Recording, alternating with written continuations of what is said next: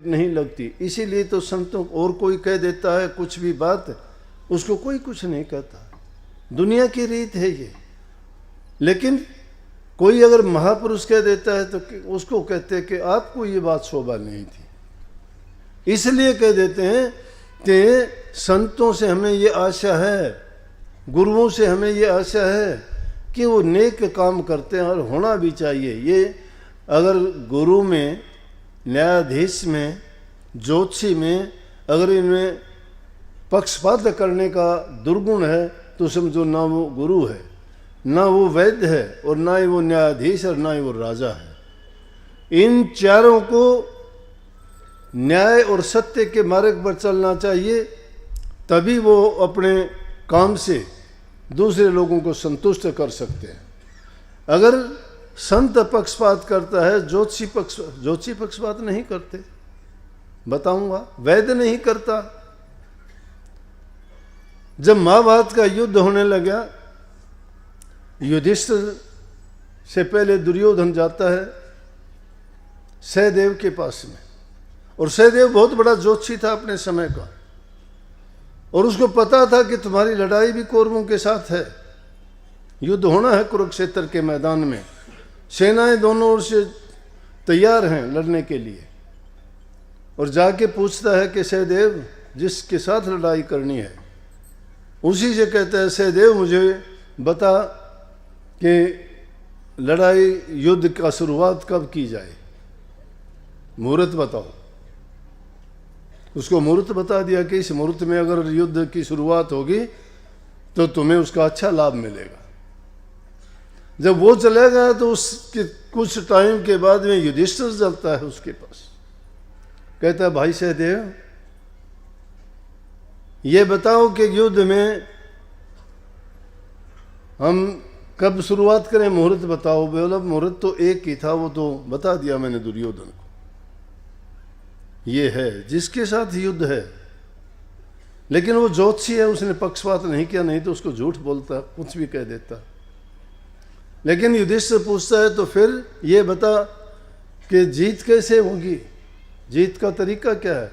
बोला जीत उसकी होगी जो पहले शंख बजाएगा। मुहूर्त उसको बता दिया, लेकिन जीत का तरीका उसको बता दिया। उसने जीत का तरीका नहीं पूछा था, दुर्योधन ने जीत का तरीका नहीं पूछा था, युधिष्ठिर ने जीत के लिए पूछा, उसने मुहूर्त पूछा था, उसको मुहूर्त बता दिया और उसको जीतने का तरीका बता दिया कि जीत उसकी होगी जो पहले शंख बजाएगा। वैद्य की लीजिए, रामचंद्र जी और रावण का युद्ध होता है लंका में। लक्ष्मण जी मूर्छित हो जाते हैं युद्ध के मैदान में। रामचंद्र जी विलाप करते हैं कि हाय क्या हुआ, अब ये कैसे बचेगा, कोई तरीका नहीं, कोई वैद्य नहीं, कोई हकीम नहीं, किससे कहें। सब पछताने लगे कि कोई भी अब तो ऐसा उपाय नहीं है कि लक्ष्मण जी को जिंदा किया जा सके। विलाप जब कर रहे थे तो उसी टाइम हनुमान जी को बुलाया गया। हनुमान जी को बुला के कहने लगे कि वैद्य की जरूरत है, कहाँ से लाएं। बोला कि लंका में से ले आता हूँ। लंका नगरी के अंदर हनुमान जी जाते हैं और वैद्य का घर पूछते हैं। वैद्य को लेने के लिए कहते हैं कि वैद्य से कहने लगे कि इस प्रकार से श्री राम के भाई छोटे लक्ष्मण मूर्छित हो गए हैं और उसके लिए आपको जाके देखना पड़ेगा, दवा देनी पड़ेगी। बोले चल पड़ूंगा। लेकिन हनुमान जी बड़े बुद्धिमान थे, तो कहते हैं कि उनको पता था कि अगर ऐसा हुआ तो रावण जो है उसको सजा देगा और वो तो बहुत गलत होगा। उन्होंने कहते हैं कि उसको घर के समेत ही उठा लिया। पहाड़ की बात तो इतनी उठा के कहते हैं कि हनुमान जी संजीवनी बूटी के लिए पहाड़ ले आए, लेकिन उस वैद्य को बचाने के लिए क्या किया कि उसके घर समेत ही उसको पूरा मकान ही उठा के युद्ध के मैदान में ले गए। वैद्य जी चले गए, क्यों, इसलिए लेके गए मकान को, और हुआ भी। रावण ने अपने सैनिकों को उनको भेजा कि देखो कि अपने वैद्य को तो नहीं लेके गए वो। उनको पता लग गया था कि लक्ष्मण मूर्छित है तो उनको ज़रूरत पड़ेगी वैद्य की, डॉक्टर की, हकीम की। तो जिस मोहल्ले में वैद रहता था सब घूम के चले गए, उसका घर ही नहीं मिला। बोले रहता तो यहीं था, लेकिन वो पता नहीं कहाँ गया, उसको घर ही नहीं मिला। और वहाँ वैद जाके कहने लगा, अगर वैद चाहता तो कहता कि हमारे राजा से तो युद्ध है और मैं तेरे भाई को क्यों ठीक करूं, लेकिन नहीं, वैद ने वैद धर्म को निभाया। ये मर्यादाएं होती हैं। क्या हम सत्संगी बन के अपनी मर्यादाओं का पालन करते हैं?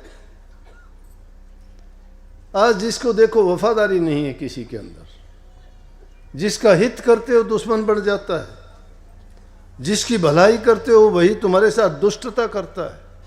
दूसरा नहीं करता, जिसका हित करते हो वो करता है। जितना जिसका ज्यादा भला करते हो उतना ही बड़ा दुश्मन बनता है। क्या हो गया इस देश में?